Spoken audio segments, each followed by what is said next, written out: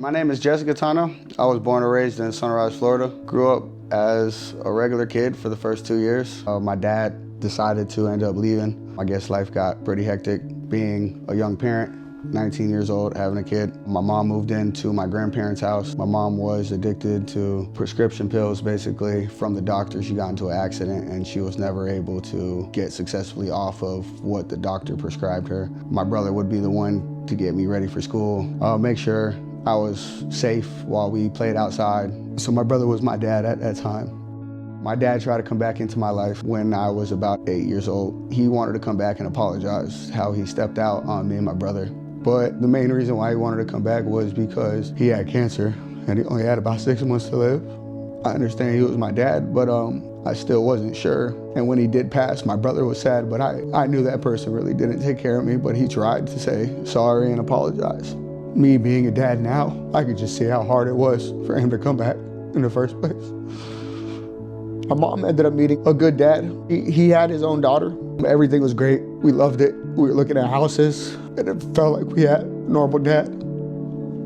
He went up to North Carolina for a job. He was driving to their hotel after work. It started snowing pretty bad, covered the roads, and they actually ended up going off the road. And out of him and 3 of his friends, he was the only one that ended up passing away. And from there, everything just started spiraling out of control again. Life started making no sense again. This happened when I was about 12, my stepdad's daughter. She actually, 6 months later, she got into a car accident, got into a car with a drunk driver, and she ended up passing away. My mom went to her funeral, and at that point, she was never the same. 3 years later, she passed away. My brother had the chance to leave the house. My brother stayed with me, never left my side. So my grandma would continuously make sure, we had a roof over her head. She started getting sick. She was in and out of the hospital, and one time she just never left the hospital. Me and my brother went to go see her, and 10 minutes later, she passed away.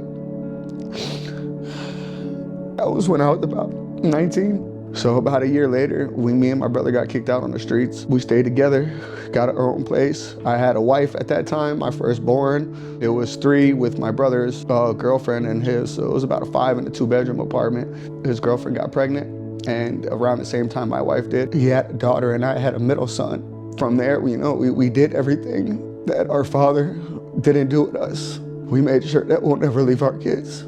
A couple years went by. We ended up moving. I ended up moving to Connecticut. My brother had a life in Florida still, but I couldn't stay away from my brother for too long. And so we ended up relocating to Florida. We stayed back at the same house. We moved into another house together. But since I left, my brother got attached on some drugs.